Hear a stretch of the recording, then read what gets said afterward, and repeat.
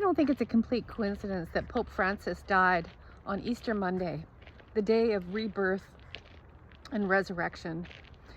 And I don't think it's a coincidence that when I went traveling in the south of France last year, by a series of what could only be called magic, synchronicities, coincidences, I discovered the path of Mary Magdalene.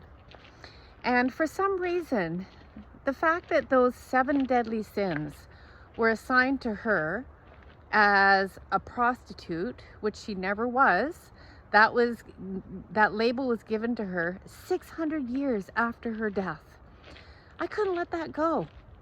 And then with the discovery of the fact that her gospel was omitted from the book and was buried by some wise monk and later found, that really struck me with such intense interest and also grief.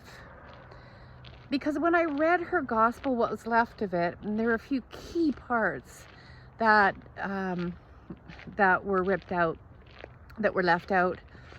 When I read it, I realized that her gospel pointed to the fact that we are holy already, that we have a knowing, that we have a wisdom inside of us already that does not require that we go to a church or through a priest, or that we have to absolve ourselves of some sins that we never committed.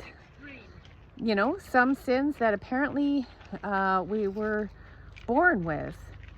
And if her gospel had been included in the Bible, it would have been a completely different story. And here's the thing. When I looked a little bit deeper, I could see that these 7 deadly sins had existed in women's bodies for 2,000 years. Everything that I have seen in my office over the last 30 years, whether it's women with anxiety, with depression, with chronic pain, with all kinds of trauma and worries, can be traced back to the fact that to be holy is not to allow the energy of greed, of pride, of what is called sloth, in other words, rest, self-care. We have these energies continue in our bodies, but in distorted, maladaptive ways, kind of like chronic pain. And when I realized I could trace everything back to that,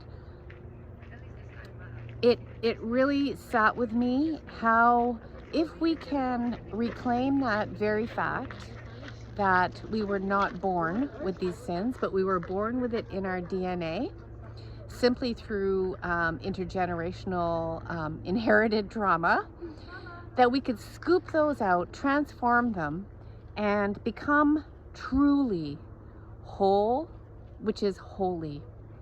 Because to me, the biggest sin is that their idea of holiness only includes certain parts of women, and that women were only declared holy if they were a good girl, a perfect mother, or invisible. That's not going to fly anymore. So this is why I created my course and upcoming book, Breaking the Feminine Codes.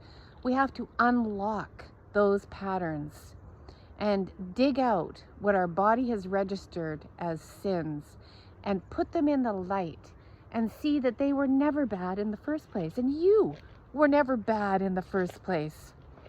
To me, if Mary Magdalene's gospel was included in the Bible, the definition of a sin is, yes, to miss the mark, which is the definition, but it's actually to miss the mark of yourself. I don't want you to miss the mark of yourself in your lifetime, because life is short and you deserve, and the world deserves, all of you to be here.